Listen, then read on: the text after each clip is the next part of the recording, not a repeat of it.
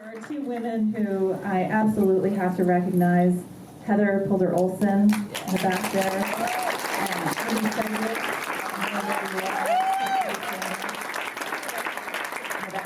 If those two women hadn't said, hey, that sounds like a fun idea, in the very beginning, we never would have gotten anywhere. And if Amy hadn't come on some initial scouting trips with me and met Ron, we wouldn't have gone any farther, so I am indebted to you. I'd also like to thank Susan LaSalle for early encouragement in this process. I got Cal and Dave. I got Cal and Dave. And Dave, my husband, I'd like to thank him. And my daughters, Phoebe and Ellen, and yes, they are credited as production assistants. So sue me. So tell us a little bit about how the process started, because you've been filming for a number of years over a lot of distance. Yeah, this has been a 3-year project, as many of you know. It really started with the kernel of an idea. You know, I'd seen some documentary films and had been writing narrative scripts, but wanted to do something I could actually put out into the world for some crazy reason. And I had, you know, you have to kind of start with what you can do, what you know. And I had access to this tennis world through my father-in-law. I knew that he was really into tennis. and I went to a tournament and looked around and was just kind of amazed with this subculture that I hadn't known existed before. And so I wrote a treatment and started sharing it with people, and one thing led to another. Now, did you went to a lot of tournaments, and did you start meeting these guys and the players, and one, it's like, oh no, I have to introduce you to so and so. They've done more. They've done. Yeah, I mean, one thing about the senior players is when they're not totally focused on their game, they will talk to you for a few minutes. So one introduction led to another, and then it was really, a process of getting them to open up a little bit and learn about their lives. Because I can imagine it's like a small family that kind of travels around. It's like little tiny family reunions all over the country. Yeah, it really is interesting because they make it a priority. That's what they do for travel, and they get a kick out of competing, and so they're really, really motivated to make it to as many tournaments as they can. I'm going to ask really quickly, how many hours of footage do you have that Amy had to work with? We kind of blocked that out. I don't remember. A couple hundred hours over the course of 3 years, 2 years.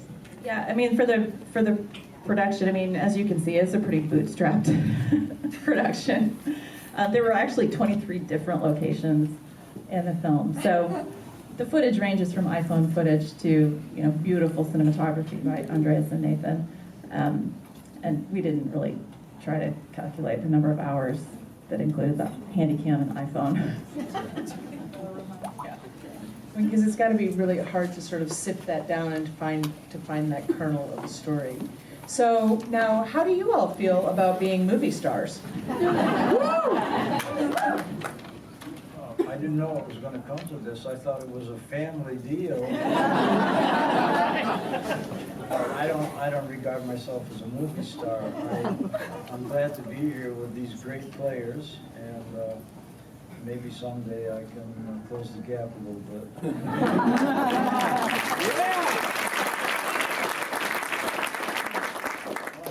I'm honored just to be on the sitting next to these two gentlemen whom I've competed against and who have destroyed me at times. But they're delightful to be with, and I'm glad to still be here competing with them.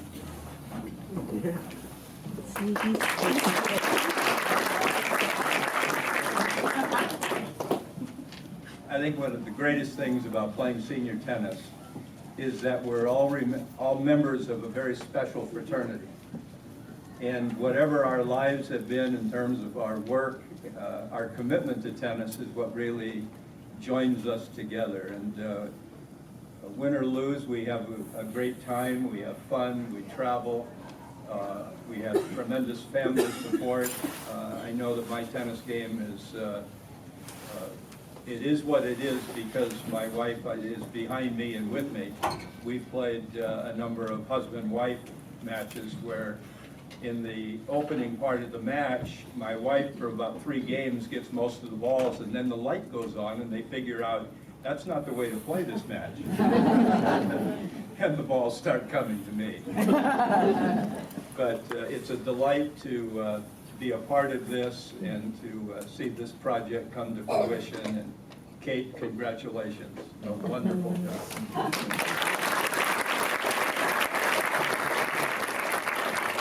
Well, I'll echo that because of the amount of time that goes into this.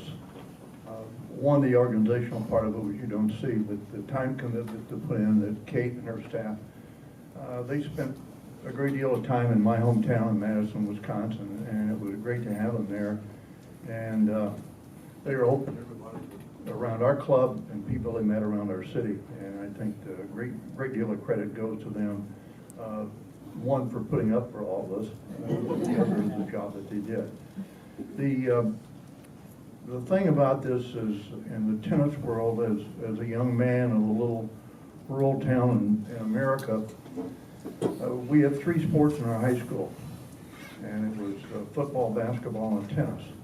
And you weren't allowed to play one, and you were not allowed to play 2. You had to play all 3. So we were all forced to play tennis because we wanted to play football and basketball. But here are your lifetime, and now they've been a 95 and over championship for both the ladies and the men.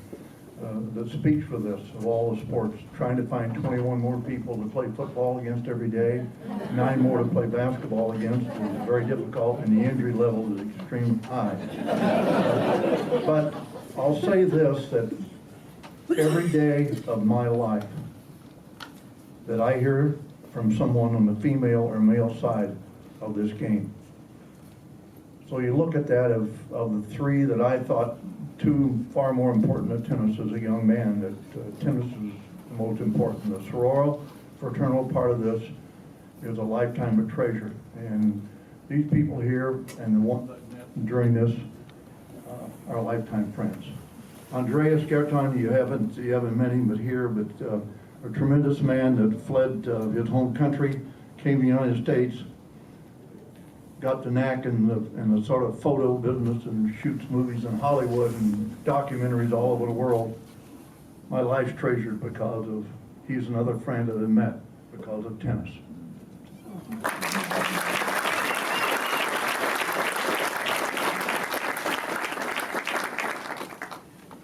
I've had the great honor to be on the same team with John Paulus. We went to Turkey, we went to Croatia, and we won the World Championship. Not because of me, but because of this man here. He's an inspiration. When John had to have his both knees or both hips done, the rigor of his training to get back in shape was astounding. It was twice as much as anyone else would ever do. I admire this man. Thank you, Saul, very much. A point about the World Championships in all the age categories of 35 and up through 80 are held at some spot in the world. And the players that are picked are based upon their record throughout the year. And this man here that played World Championships with, and this man as well. And the closeness of the team has set a standard for all the other countries in the world. The closeness not only on the court together, but off the court as well. And there's several people that you saw in the movie that have played on World Championship team. It is special because it's not about you as an individual. It's about you as a united team that represents every individual that lives in our great country to have the honor to represent and potentially bring home a world title.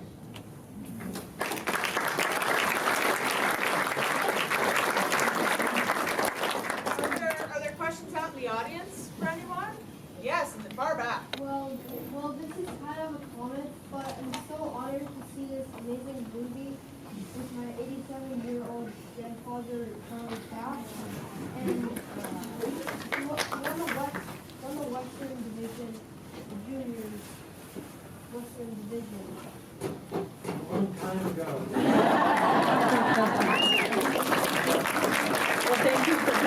your films. Thank you, Charlie, for coming. We're honored to have you here.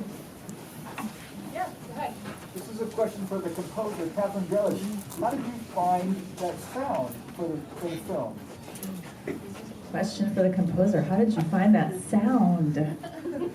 When Kate and I were talking about the sound for the film, she made it really clear that she felt very strongly, and the players felt very strongly, that they didn't want like old people music. You know, like, and you know, we wanted something that really honored what they're doing out there on the cot, something that was alive, that had a strong pulse and just kept moving.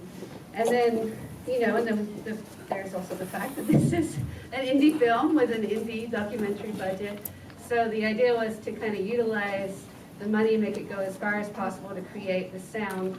I love working with strings. I'm a string player, so I worked with some great, most of the players who are here from Seattle and mostly on Vashon Island, because we recorded at Jason Stazek's studio, the Pumpkin Palace on Vashon Island. So we had great local players, and I kind of had an idea that I wanted strings, and I think Kate really wanted clarinet and trombone and marimba, and just something that was really quirky and fun, but sounded really cool. And so I just started working with those sounds, and great players.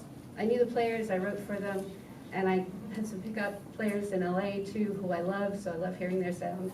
And it just kind of came together. And then we also had this hip hop element that Kate was very intent on in the beginning, and she had to sell me. I wasn't initially a believer, because it just, you know, I was having trouble hearing it all come together.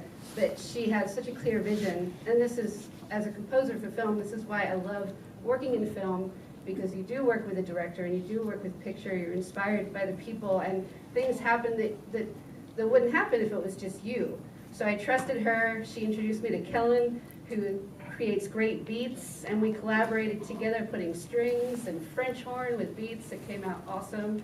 I worked with also a producer, DJ, rapper in LA called Supernova, and he did the song for us too. So it was just like, it was really cool how all these elements came together to have the sound. And there's a lot of music in this film. It's like 55 minutes of music. So it was a lot of work, but I'm really thrilled with how it came together.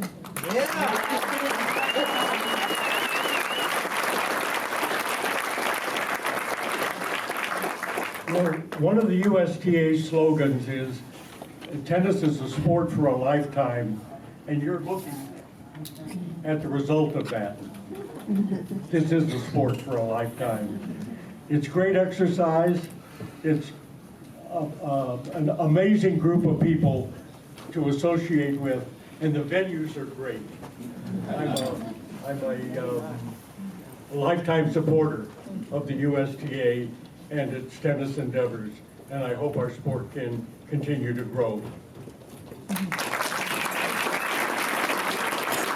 going to introduce a question. I'm sorry, I'm hijacking a little bit, but I really want to hear Amy Enser right now, because she was a true partner in developing the story for Go Balls. And Amy, could you talk a little bit about what connected you with these players and sort of motivated you as we were figuring out where we wanted to take the story?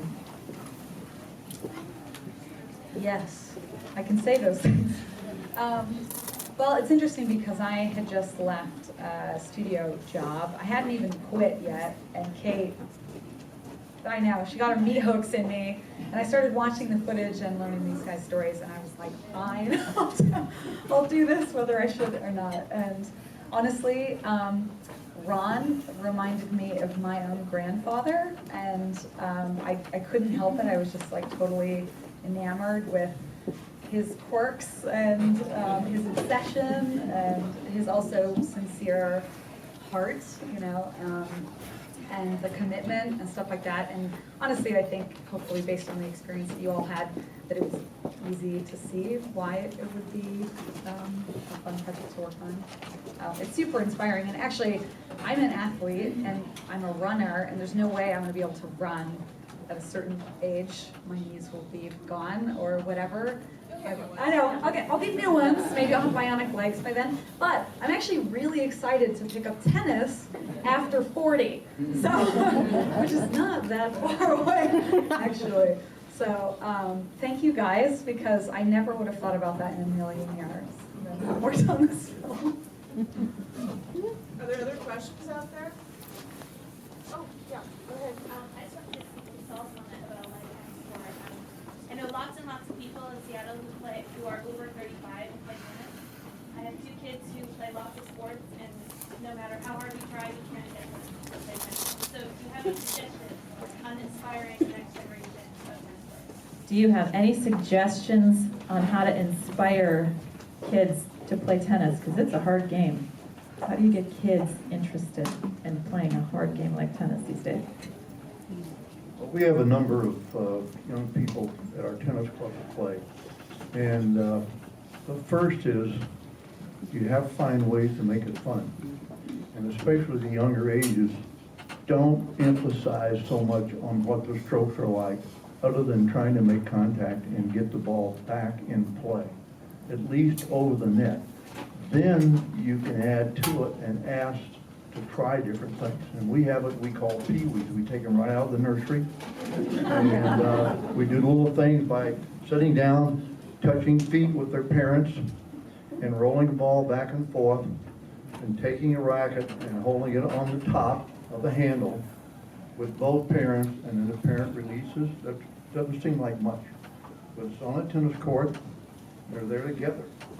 Then you get them up, and the ball now you use is like a Nerf ball. It basically doesn't bounce very high, but it doesn't get on top of the young people together.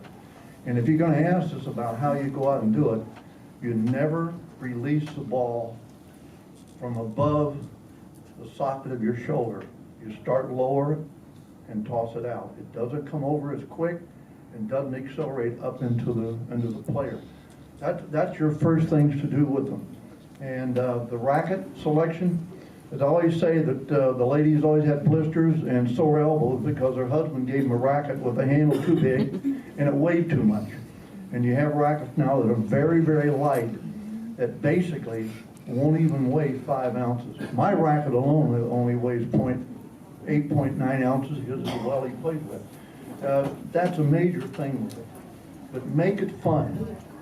Life becomes so difficult later on, but that's how you encourage young people to come out. Take them to matches, but don't make them sit there for 2 hours and watch it. Let them come in. Let them come in for 5 or 10 minutes, and then their span is going to leave it, and that's the time to take them away. But the first thing is make it fun, make it enjoyable. My grandson asked me to. First he asked me if I was famous. Because he saw a lot of trophies around and a few gold balls. And I said, no, I'm not famous. I said, but I like to play the game and I like to encourage people. He said, well, would you take me out on the court? I said, sure, I'll be glad to. And I did. And after I took him out there for maybe 30, 40 minutes of hitting and maybe demonstrating a little bit. As we got in the car to go home, he says, Grandpa, I'd like to do this again, but can we do it when it's cooler? I'm awful sweaty.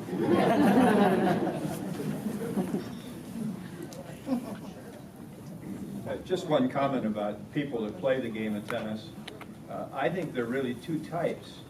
There are people that I would label as magicians. John McEnroe was a magician. John Paulus is a magician. And then there are other people who are mechanics.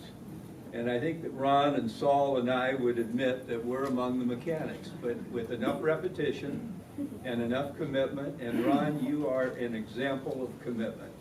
And we admire you for what you've done in tennis. For that.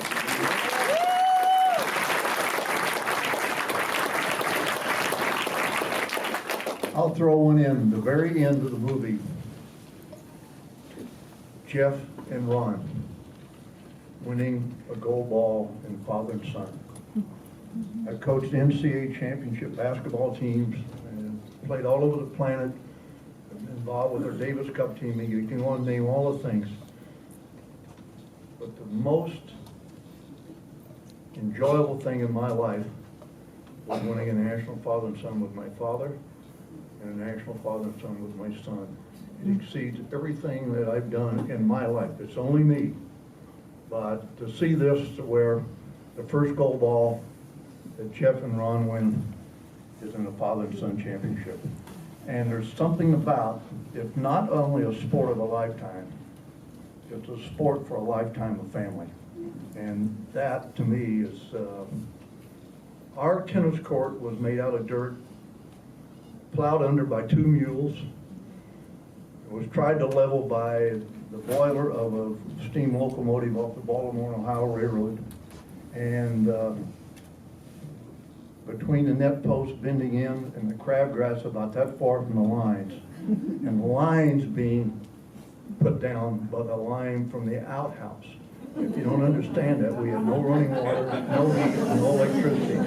But the white line to line the tennis court came from the twin holer, as they call it, was the outhouse. And to me, it was the greatest place I've ever played in my life. And I've been on center court at Wimbledon, the other championships. But the lifetime and the closest it gives to a family is beyond any experience I've ever had in my sports lifetime.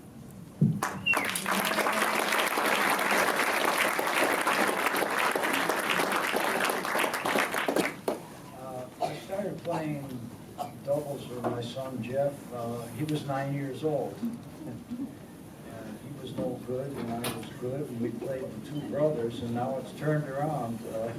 He's one of the best players in the country, and I can hardly play, but thanks to him, we also won a second gold ball on, let's see, the first one was on grass, and the second one was on hard courts in California, and we're going to play there again in a couple of weeks, June 3rd. So thanks to him, I'm still doing it, and I bore with him, and now he's bearing with me, and I appreciated a lot of things.